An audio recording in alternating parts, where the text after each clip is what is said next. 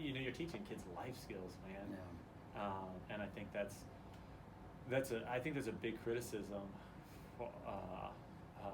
for some people about the public school system or the education system in general, Yeah. right? Is that you get all this knowledge and you come out of school, whether it be college or high school or whatever, and you have no real life skills. Mm-hmm. Now you need knowledge. Like Yeah. right? The Bible says, get knowledge, get understanding, get Yeah. wisdom, all of those sorts of things. But you need to know how to live, Yeah. right? Yeah. And how to grow, and how to, you said, I think, be the best version of yourself. And we're all trying to do that and Yeah. messing that up every day, Yeah. to a certain extent. But those, just the principle of getting up and winning the morning, man, Yeah. that's huge. Well, you kind of alluded to one of my most favorite verses, and I can't remember exactly where it's found in Proverbs, because I'm a big Proverbs guy. Yeah. Every day Yeah. I wake up and I read my Proverbs of the Yeah. day, and one of them says this. I think it might be Proverbs chapter 7, maybe verse 14, somewhere around there. But the beginning of wisdom is this: get wisdom, and above all else, get insight. Yeah. And I talk to my kids about that all the time. It's like, listen, as a 48-year-old man, I've got people that are above me that I'm seeking insight from all the time, and I'm seeking wisdom from. And the moment that I stop seeking that, that's the day I start dying. That's where life comes to a screeching halt, and I'm nowhere near as effective, and no more. I'm not a spiritual light. I'm not a light for Christ if I stop pursuing wisdom in God's word as well as from those who are above me. But that's what I try to tell them. Listen, there's no shame in not knowing. You got to ask, you got to seek, and that's one of the greatest life qualities you can walk away from school having, is that your willingness to humble yourself and say, I don't know, give me some insight, let me pursue wisdom, and let me question things, let me think critically about things, and then pursue life. I think that's so good. I tell people all the time, or at least this is how I view my undergrad experience, is that it taught me how to think, right? It taught me how to learn. Some of the things it taught me, like I look back and I'm not sure that's true. I don't agree. I don't think the way I was even taught to think sometimes by some of my professors or whatever.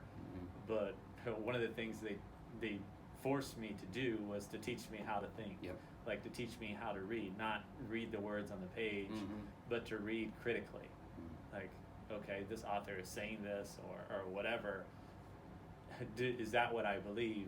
And if it's not, and they're saying something different, like, why are they saying that? Are they right? Am I right? Trying to figure those sorts of things out. And I think learning that, the younger the better. Oh, for sure. And so like teachers like you and others who are teaching people how to think and how to even structure their lives in a way that they're learning how to think. I think it's just awesome. Well, and that's the one thing, well, not the one thing, that's one of the qualities about this generation of learners that I love and I respect so much, is that they do question, and then they come to you, and oftentimes they're not seeking the answer, they're asking you. Stephen Covey said, look, seek first to understand and then to be understood. And I think that's where our kids are today. They want to be understood because, and now more than ever, their life is in a constant whirlwind, and they are hurting, and they're bombarded constantly by negativity. And so when they come into the classroom, that teacher, you separate the spirituality out of it, but that teacher has a moral obligation to be a light. I'm not necessarily saying reflecting Christ, but they have to be a beacon of positivity in that classroom, because you will spend more time with that kid than they'll spend with their parents.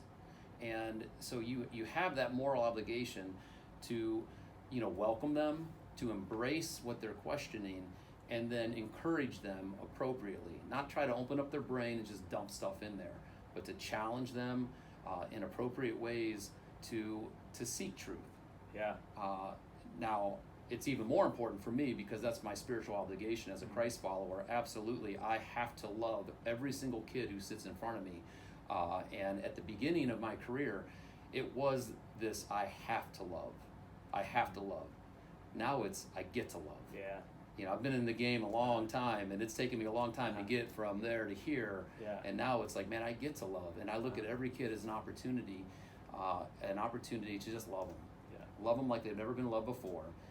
Not to replace their parents or grandparents or whomever it is that's raising them, but to walk alongside them and to love them for the 18 weeks or 36 weeks that I get to have them in class.